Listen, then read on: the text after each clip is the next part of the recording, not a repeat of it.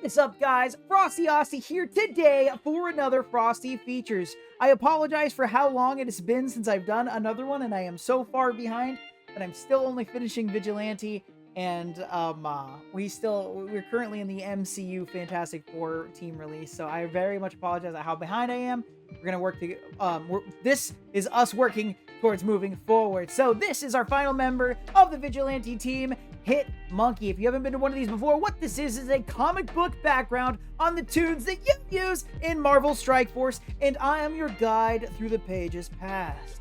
So to start off, we are looking at, according to Scopely, what this normally is a blog post description of the character that gives you a little bit of background. The entire Vigilante team went without a background, so Hitmonkey was no different. So I went to the Marvel Strike Force website, and if you go to character, this is the character description it gives, which says he's a monkey, also he's an assassin. It pretty much there in the name. So we're gonna call that the description of the character that Scopely has given us, and we will rate it at the end of the feature in place of the blog post description that usually actually has some history. So there we are. This is him, Hit Monkey. Name, Hit Monkey. His name's actually unknown or ungiven. He is a macaque. He's actually a monkey. He's not a person that was turned into a monkey. He's not mystic in any way that allows him to talk. He is actually just a monkey. So he has no name. He's a wild monkey. He's not tame in any way. He was inadvertently trained, and we'll talk about that a little bit. So debatably he doesn't have a name, but he is known here and forever known as Hit Monkey. So we are going to say, for the sake of argument, that his name is also that. First appearance, Hit Monkey number 1, 2010. His first appearance is in a Hit Monkey one-shot that explains his origin, which was a Marvel property. Powers and abilities. None. He's a monkey. He's just a monkey. He has monkey physiology. He's legitimately, I would argue, a pretty smart macaque type of monkey. So there's that. He's a smart macaque. Alias is Hitman Monkey. So if he's not Hit Monkey, he's known as Hitman Monkey. Affiliations: Shield, Howling Commandos, and Mercs for Money. He just sort of shows up, right? And we'll talk about this is one of the Frosty features in which we will cover all of the comics that I'm aware of that exist. So we'll talk about his time with Shield, Howling Commandos, and the Mercs for Money at least a little bit throughout this feature. But yes, he has 3 different affiliations somehow. Once again, monkey. Background: he's from Honshu, Japan, and he's a macaque monkey. He is born into a clan of monkeys, just a family of monkeys. And he's in the jungle being a monkey. Who died? Mentor and family. So he has no name, as we previously stated. His mentor, there's a reason why he learned how to fight. I keep saying he's just a monkey. Is he a magic monkey? Is he a scientific experiment? No, he's a monkey that learned to fight by watching somebody else practice martial arts. And we'll talk about it in his origin story. But because of this man practicing martial arts, not only does he learn how to fight, etc., his mentor, spoiler alert, and his entire family are killed by a bunch of assassins, which leads the monkey to being Hit Monkey, right? So he can't be superhero without somebody dying. In Hit Monkey's case, a lot of people died for him to get where he needed to go. Ghost mentor. So Hit Monkey sees his mentor, who is Kieran he's known as I wrote it down too. He doesn't have a name either. He is just Assassin or Hit Monkey's. If you Google him, he's Hit Monkey's mentor is his name. But he's a master assassin that is killed, and Hit Monkey sees a ghost that tells him what to do. So not only is he a monkey, he's a crazy monkey.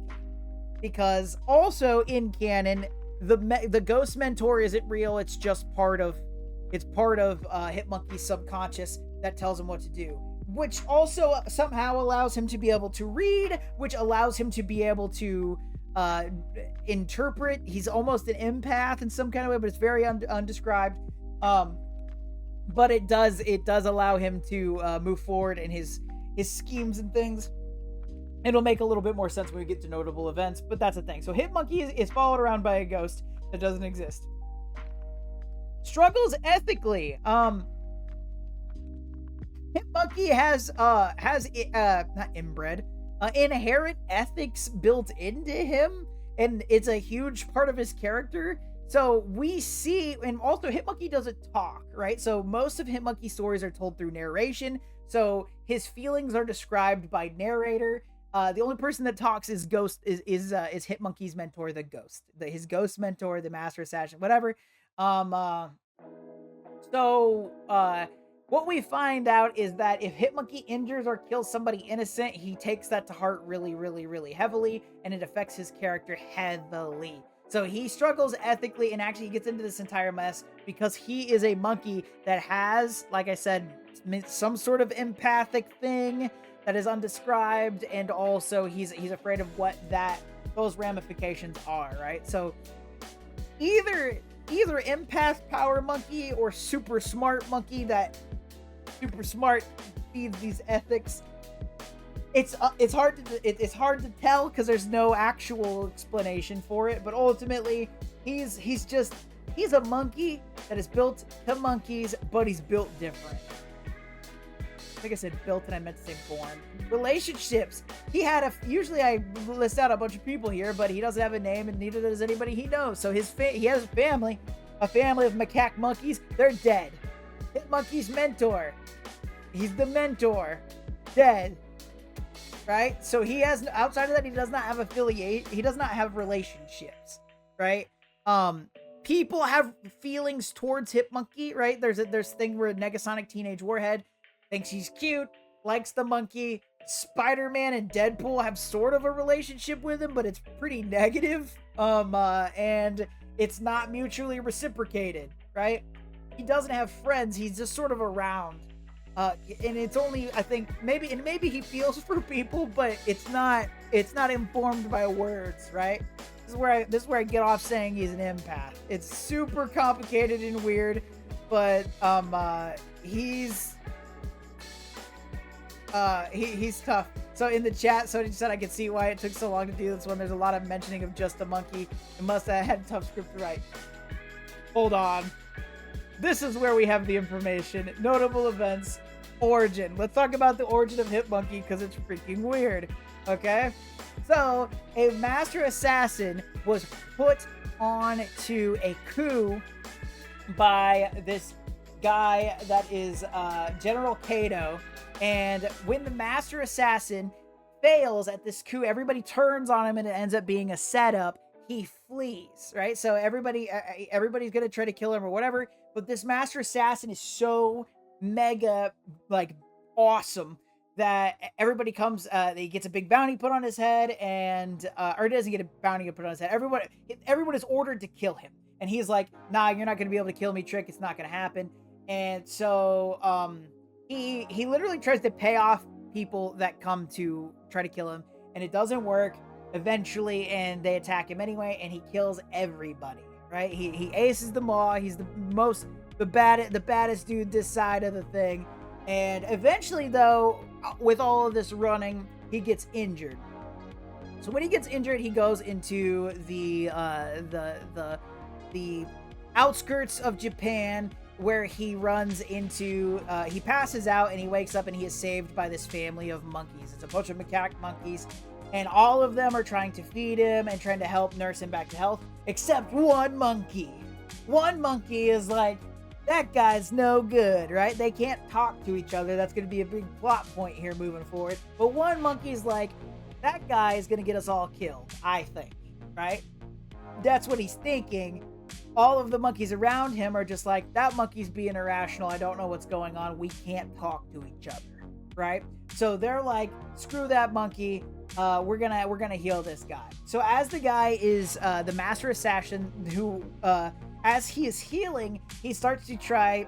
He vows to put his guns down. He's not doing things anymore with the guns, but he's trying to train himself so that he can still physically defend himself. So as he is healing, he builds a bunch of snowmen, and with these snowmen, he is practicing martial arts. From this, the monkey that hates him keeps watching him to make sure that whatever is going to happen, he's trying to protect his family, right? So in doing so, he watches him for hours and hours and hours, days, whatever, throughout his recovery process, and he watches him and learns the martial arts, right? So he's watching him, he's like, wait, I could do these. So when the guy's not practicing on snowmen, this monkey is making snowmen and practicing martial arts on these snowmen, presumably to be able to protect his family, right? So as we move forward, the assassin, even though he's been recovering, whatever, he gets sick, we're out in the snow, etc. He's just living with monkeys, filth, he gets sick. So things aren't going super swell for him. So one of these days, Hitmonkey, the monkey to become Hitmonkey soon, decides to tell his family of all just monkeys like him, and he's like, hey, this dude's bad. I'm gonna show you, right? But he can't talk, and monkeys can't talk, so that's not what happens. So what he does is he tries to body language his way through saying, hey, this guy does all these martial moves and they're dangerous. I'm going to show you by kicking the crap out of all of you. So this monkey beats the crap out of all the other monkeys to show that he was taught this martial arts thing, and it's bad and unhealthy, and that's why that guy's going to get the family killed. Everybody, all the other monkeys, they're not people, right? It's not everybody else. All the other monkeys are like, what the heck, guy? I was really enjoying not having the crap kicked out of me, and yet here we are now, and the crap is kicked out of me. You're out. You're outie 5,000, brother. And so they banish. All the other monkeys are like, why the heck did you kick the crap out of us? Leave, right? So this monkey leaves, and he's going through the forest, and he's banished, and he's like, I was trying to prove a point, but I can't talk, right? This is how complicated it is to explain Hitmonkey stories until we get Deadpool in the mix, oddly enough. The guy who normally makes things complicated makes Hitmonkey much easier, but right now we don't have him. So he's in the forest, and he sees a bunch of assassins coming, and he knows, because for some reason he's a super smart monkey, he's like, hey, these guys are here for the other guy. I need to go back to my family and let them know, even though they hate me. And in going back to his family, he sees that the assassins have cornered the other assassin, and they've got him surrounded. Shoot, shoot, shoot, bang, bang, bang, bang. He gets gravely injured. And then he goes to warn his family, and turns out the assassins got there first, and they just killed all the monkeys. So the monkey that hated the master assassin at this point is the only one alive, and now he's super mad, right? All his family's dead. He's alone. He was banished. All these assassins that he knew were going to come and hurt people came and hurt monkeys, and now he's pissed, right? So he goes back to where he thinks the assassin's body is, and the master assassin is still alive, and he goes and he grabs his blood-stained duffel bag full of guns, and the master assassin is like, yo, once you pick up a gun, you're never going to put it down, and he's like, I'm about to pick up this gun. So then this monkey, right? He's just a monkey still, right? He goes and he picks up the guns, and then he kills every single one of the assassins that came and killed the master assassin and his family, right? Using the martial arts that he learned by proxy, and then he can use guns too, because comics. So he kills all the assassins, and then the legend of Hitmonkey begins, right? So now he's out for vengeance, and he wants to... We don't know at this time that he's possessed by a ghost, or the ghost has followed him, right? In this comic, it's just like, oh yeah, he's now gonna he's gonna track down the rest of this gang and kill them all to get revenge for his family. That's how Hitmonkey, the origin of Hitmonkey starts. He doesn't have a suit, okay? So from this, he tracks down what is his name? Hayashi. Hideki Hayashi. He tracks down this guy, Hideki Hayashi, which is one of the higher ups in the gang. And at this point, he finds we're out of the one shot. We're into a 3-part series where he runs into. It shows Hit Monkey.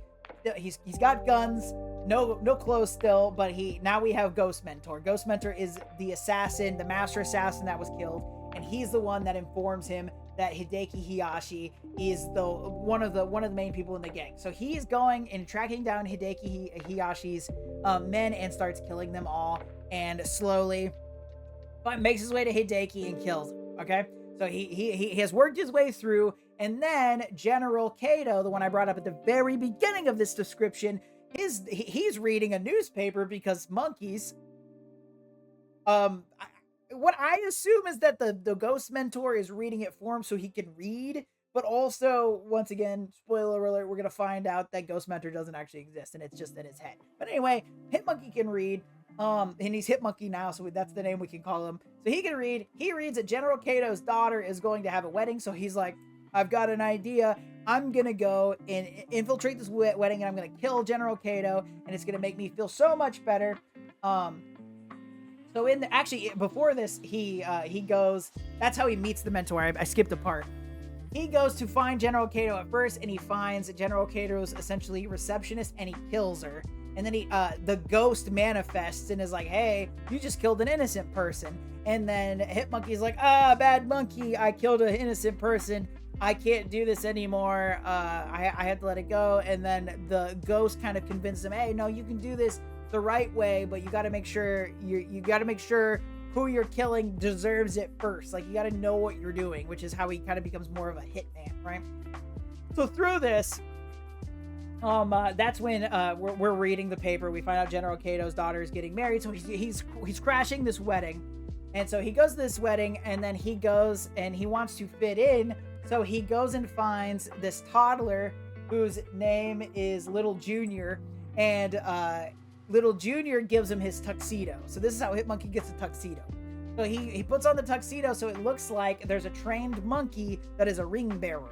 So and this is how he's getting close to the situation to kill. But lo and behold, he gets there, and General Kato has hired a very specific bodyguard, and this is Bullseye. So Bullseye was hired to be the bodyguard for this wedding, and not that Hit Monkey knows who Bullseye is, but I'm talking to you, my viewer. Hey, you should know who Bullseye is to some extent, right? So Bullseye is fooled and thinks that this is a tame monkey, whatever, and Hit Monkey is able to get close enough to General Kato and kill him, right? So this enrages Bullseye. So for anybody that knows Marvel lore, enraging Bullseye is not the move you want to do. So he starts killing all of Kato's bodyguards because he's so mad that the monkey tricked him and he doesn't know where the monkey is. So the monkey is fleeing, and in fleeing, he runs into Little Junior again. And Little Junior's like, "You're such a good monkey. I love you." And Little Junior gives Hit Monkey a hug, and in giving him a hug, Bullseye found the monkey at the same time and threw a knife at the monkey to kill him, and instead kills Little Junior. This is another ethical situation where Hit Monkey finds himself in a situation where he's like, "Hey, another innocent was killed because of me. I don't need to fight for revenge. I need to fight to protect innocents like Little Junior." So then he fights Bullseye to a point where he is able to get away, and then he leaves to become the Hit Monkey of legend, which is he becomes a hitman of hitmen at this point. Okay, so that's how you get Hit Monkey all the way up until where he gets his clothes, right? So, but he doesn't have the sunglasses. Sunglasses just randomly appear when he's in the Howling Commandos, I'm pretty sure. But so from here, Hit Monkey goes to New York City and he's via hunting hitmen from his ghost buddy, right? So in doing this, we have a situation where Spider-Man discovers, now we're talking about Spider-Man all of a sudden. In New York City, Spider-Man walks into one of his favorite convenience stores, and Mr. Chang is shot along with a bunch of armed men behind him, and we find out that Mr. Chang, one of the convenience stores' owners that Spider-Man frequented and liked was actually a front arms dealer, and he was murdered in a very brutal way, and it looks like in a hit fashion. And so Spider-Man is like, this was probably Deadpool. So he goes and tracks down Deadpool, and he apprehends him like he does because it's Deadpool. And he's got him all webbed up, and he's like, hey there, Deadpool, did you kill Chang? And he's like, no, but Chang was a bad guy. And so they decide that they're going to work together to investigate and find out what happened to Chang and the arms dealers that are in there, who killed them. And in doing so, they find hair of monkey, right? And so then Deadpool reveals to Spider-Man there is a legend, a myth among other hitmen, and it is that there is a monkey that goes around, and he's the best hitman there is. This monkey. Deadpool reveals that there's supposedly a monkey that goes around and makes these hits, but he's never caught. So eventually, 3 cops are murdered, and that tips off Spider-Man and Deadpool because they're murdered in a super brutal way, and it looks like a hit. They go and check it out, and in doing so, they find a bloody monkey print on the floor or whatever, and that tips them off. Oh, the monkey's real. It's an actual thing. And then all of a sudden, the monkey jumps out of the rafters. They deduce at that point that Deadpool's next, and then the monkey jumps out of the rafters and starts attacking Deadpool. The monkey does not know that Deadpool has the healing factor, but he's attacking both Deadpool and Spider-Man, and in doing so, he injures Spider-Man by shooting him with a bullet, and he absolutely and utterly eviscerates Deadpool, shooting, whatever. It doesn't really matter. It's Deadpool, right? So then the monkey leaves, and he's not feeling super hot about the Spider-Man situation. So what they do is Deadpool and Spider-Man come up. Spider-Man lives, by the way, because this is going to be important. They decide to make it a big deal about how Spider-Man's a good guy, whatever. Deadpool's going to put on the Spider-Man costume and in public die. So he's going to injure himself worse, die in front of everybody, and then they're going to do a fake funeral to lure in Hitmonkey because he feels bad about the death of Spider-Man. So at Spider-Man's funeral, Hitmonkey does in fact show up, and they work to apprehend him, and they are able, they kind of battle him to a stalemate to a point, but then an explosion happens and Hitmonkey runs away. And so in running away, he recognizes that he shouldn't necessarily be a hitman, but he needs to find a way to be able to protect people, and this ends up leading him to joining S.H.I.E.L.D. And what you find is he has, in joining S.H.I.E.L.D., he ends up getting sent to the Howling Commandos, and from there gets sent to Deadpool's team, Merc for Money. So with Howling Commandos, he's battling supernatural threats, and this is when we all of a sudden see him show up with the sunglasses that you see him with. And then, I think in Marvel Strike Force he doesn't have the sunglasses, so this is pre that. But then he moves, so with that he's doing that, and then S.H.I.E.L.D. moves him to Mercs for Money when Deadpool creates the team. And in moving him to Mercs for Money, in Mercs for Money we have it's Deadpool, we've got Negasonic Teenage Warhead, those are the 2 ones that stick off the top of my head the most, Dominoes on it. But they all dress up in Deadpool costumes. The important thing to note, he's sent there to keep an eye on Negasonic Teenage Warhead and Deadpool, and him and Deadpool have a very contentious relationship. Deadpool points out to him that because of his insanity, he can see the ghost that follows him around, and Deadpool's the one that says, "Hey, monkey, that ghost isn't real, it's just you." And then the ghost turns into just a ghost version of Hitmonkey, and he's like, "Oh my god, it is just my brain. What's going on?" And that's mostly what we get of that. And so Hitmonkey, like I said, has this thing with Deadpool. So ultimately, you see him constantly when Deadpool says something, Hitmonkey will just shoot him in the head. So, joke, bang, right? And he'll shoot him. And what we find out later is that he has these tracer bullets, and he shoots them into Deadpool's head, and they don't stay in Deadpool's head because of his regenerative factor. So S.H.I.E.L.D. gave him a bunch, and he has to shoot Deadpool every so often so S.H.I.E.L.D. can keep tabs on where Deadpool is. It's genius, honestly. It's genius writing, and I love it. That, and then the Howling Commandos, like I said, he was fighting supernatural threats as assigned by S.H.I.E.L.D. So he's just a shield agent that doesn't talk and really at this point has no motivation other than to try to protect people. So it's kind of hard to follow. But as far as I'm aware, that's more or less the entire. There's obviously specific things. I didn't really talk about the Highland Commandos that much, but that's more or less everything that is Hitmonkey as of right now that I'm aware of. So there you go. That's all of Hitmonkey as of this recording date. Power level! Marvel Strike Force doesn't care about power levels, but here on Frosty Features we do. Now the way that this works, if you are a multiversal threat, that means you can end all of reality, not just your reality, but hop on over to other people's realities and end that one as well. Not even hopping around, just toppling the multiverse at a whim. A universal is when you can hop around to different universes, etc., and topple them one by one, hopping between them.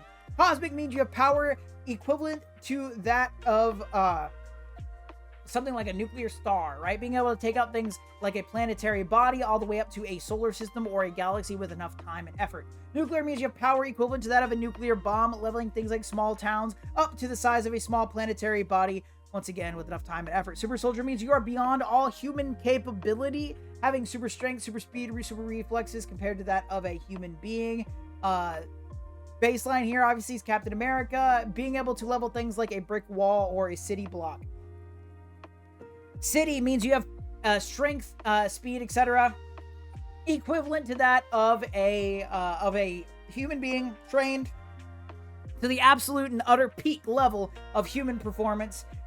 Think Olympic athletes. In Marvel, we have a lot of ninjas, mercenaries, etc. at this level. That's City. And then there's Greg. Greg is the undead Asgardian that is spawned by Hela in Marvel Strike Force. And left to his own devices, Greg is not very strong at all. Greg can't really do anything. So in the event, I'm at a zoo and I'm cleaning out a monkey enclosure. And all of a sudden, I get hit in the back of the head with a banana to turn around to see Greg sitting on the viewer platform throwing bananas at me. So I take my shovel and I throw some monkey feces back at Greg. And all of a sudden, he hops the barrier, and it is monkey cleaning cage me versus Greg he, and lo and behold, I, as a Frosty, a regular human being in every sense of the word, best him with my shovel and monkey feces.